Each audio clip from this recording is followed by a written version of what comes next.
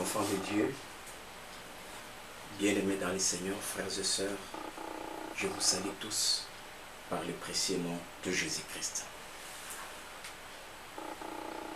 En ces jours du 20 avril 2020, je vous parle en direct de Kinshasa, c'est votre bien-aimé, votre serviteur, l'apôtre Molisho Ben Jakim. Je vous salue tous par le précieux nom de Jésus-Christ de Nazareth. En fait, je voulais vous parler aujourd'hui à ce qui concerne l'apostasie et le réveil. Sachez que dans le monde spirituel, ce sont les deux choses que l'Église doit comprendre aujourd'hui. Et que nous tous, enfants de Dieu, nous devons comprendre que c'est la vie que nous devrions comprendre maintenant, actuellement. Et savoir comment s'y prendre. Ou c'est l'apostasie, ou c'est le réveil. Et quand je dis le réveil, c'est le vrai. Ce n'est pas le réveil que nous venons de vivre dans le mois passé, dans les années passées ou dans des décennies passées. Ce n'est pas ce réveil-là.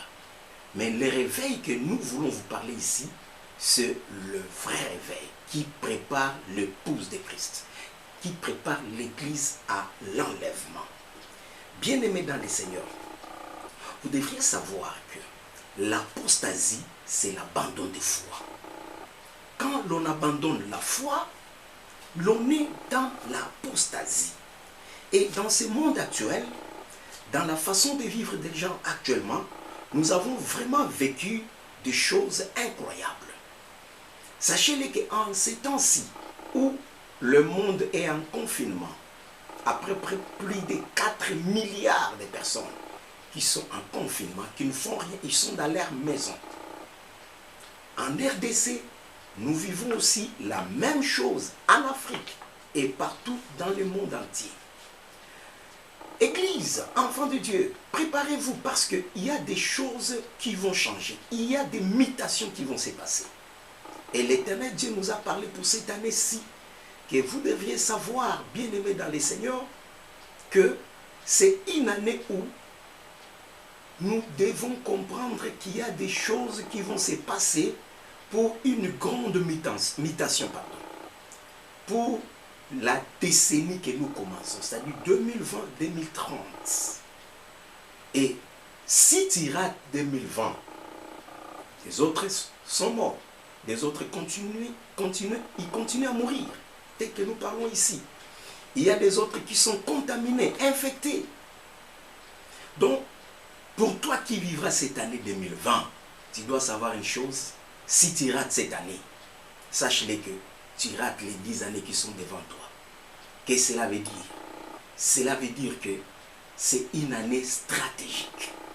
Dieu nous avait parlé en nous disant que mon serviteur Molisho, c'est l'année de grandeur.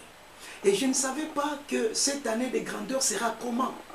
Parce que Dieu m'a parlé en disant que vous devez prophétiser sur les enfants de Dieu que cette année, c'est 20 sur ma grandeur sur 20.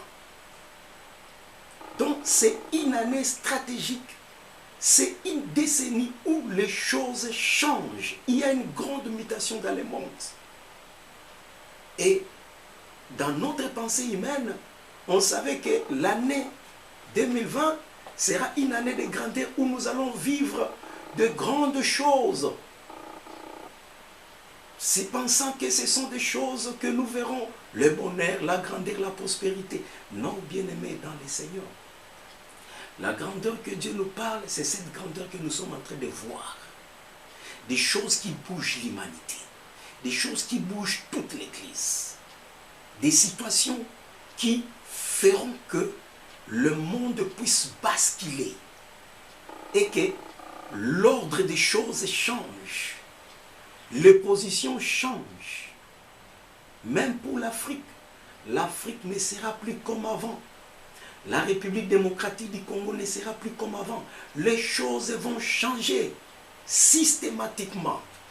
Bien-aimés dans le Seigneur, aujourd'hui je vous parle de l'apostasie. Et vous devrez savoir que l'apostasie fait partie des choses ou des situations que la Bible avait parlé en ces temps de la fin. Donc l'apostasie, je disais que c'est l'abandon de foi. Où l'enfant de Dieu, ou les enfants de Dieu, le peuple de Dieu abandonne la foi pour s'attacher à des doctrines des démons. Je prends le livre de 1 Timothée, chapitre 4, verset 1 à 2. Là où vous êtes, prenez la Bible avec moi. 1 Timothée, chapitre 4, verset 1 à 2. Écoutez ce que la Bible nous dit. Mais l'Esprit dit expressement que dans le dernier temps, quelques-uns abandonneront la foi pour s'attacher à des esprits séducteurs et à des doctrines des démons, par l'hypocrisie, par de faux docteurs portant la marque de la flétrissure dans leur propre conscience. La Bible dit clairement, et l'Esprit dit expressément, que dans le dernier temps, quelques-uns abandonneront la foi pour s'attacher à des doctrines des démons. Bien-aimés dans le Seigneur, nous sommes en train de vivre ces choses où les gens abandonnent la foi, où ceux qui se disent enfants de Dieu, ils laissent la foi pour s'attacher à des doctrines des démons, où il y a même des ministres de Dieu qui parlent tout haut, avec un orgueil accentué, qu'ils sont en train de vivre dans l'impudicité, dans l'occultisme, la manifestation de la science occulte devant même les enfants de Dieu, l'exhibition de l'impudicité, l'exhibition de corruption, de la fausseté, des faux miracles, des montages même des miracles. Quelle ignominie, quelle façon de servir Dieu. Bien-aimé, l'Église est totalement dans l'apostasie. Les gens s'attachent à des doctrines des démons. Et quand nous parlons des doctrines des démons, nous sommes en train de voir le diable ou les esprits démoniaques ou les esprits des eaux qui entrent dans les églises, qui entrent même jusque dans les lieux où on appelle les lieux saints. Il y a des choses qui se commettent dans l'église qui n'honorent pas le Seigneur. Les gens abandonnent la foi pour s'attacher à des esprits séducteurs, pour s'attacher à des faux docteurs. Quand il y a des gens qui vous parlent de choses superficielles, qui vous parlent de choses temporaires, qui parlent de choses qui font plaisir aux oreilles, c'est là où vous allez voir que les enfants de Dieu s'attachent. Le peuple de Dieu court là-bas.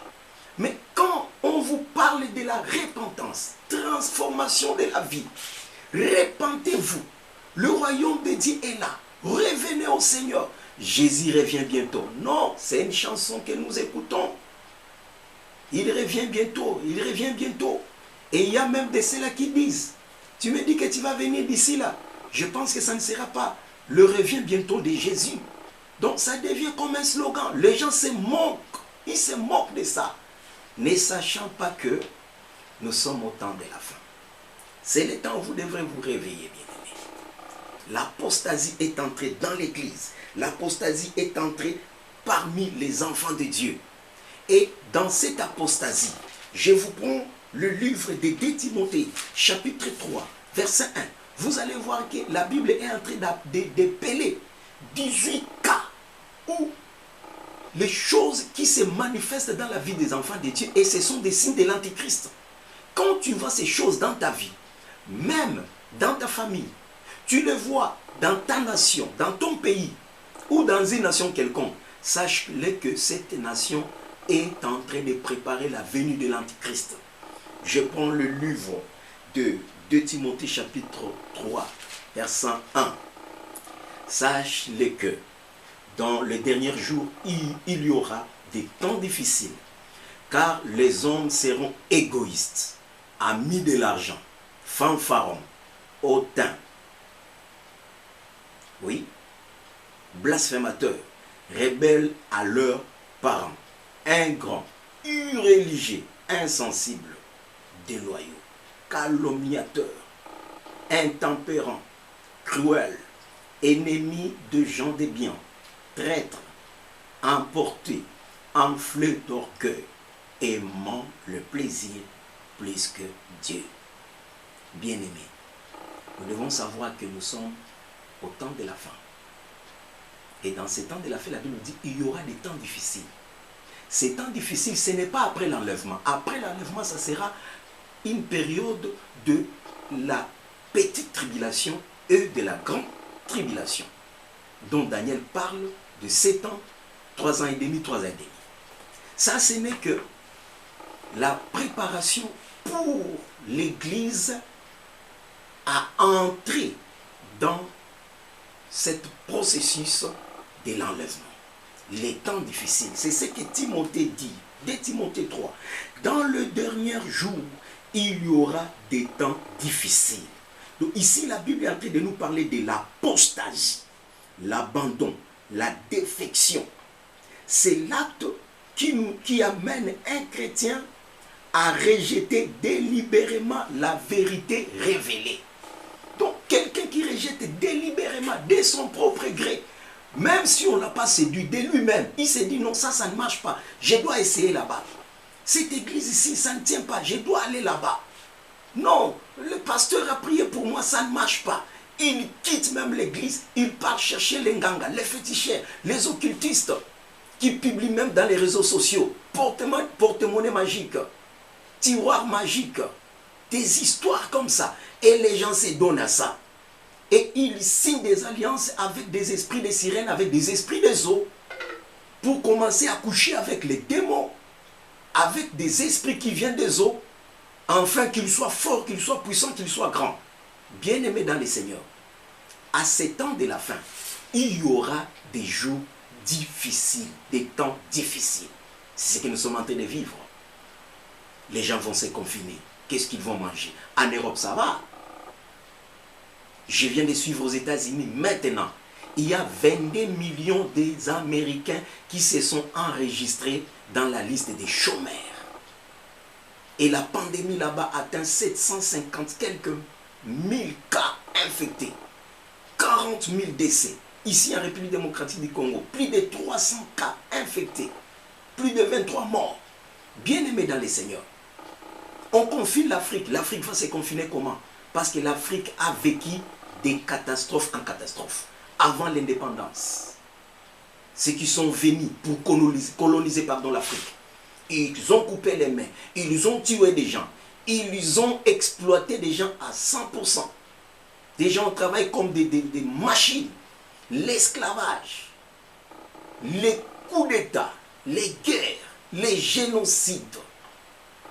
Et en République démocratique du Congo, plus de 12 millions de gens qui sont morts. Aucun ne parle de ça. Des situations de guerre, des maladies comme Ebola, choléra, polio, des histoires impossibles. Donc l'Afrique a vécu des catastrophes en catastrophes. Mais nous devons savoir, même avec ce Covid-19, ces coronavirus, ce sont les temps de la fin, les temps difficiles. Préparons-nous, bien-aimés, pour l'enlèvement. Préparons-nous, bien-aimés, pour rencontrer le Seigneur Dieu dans les nuées. C'est la première partie. Vous allez suivre encore la deuxième partie qui vient après. Que Dieu vous bénisse.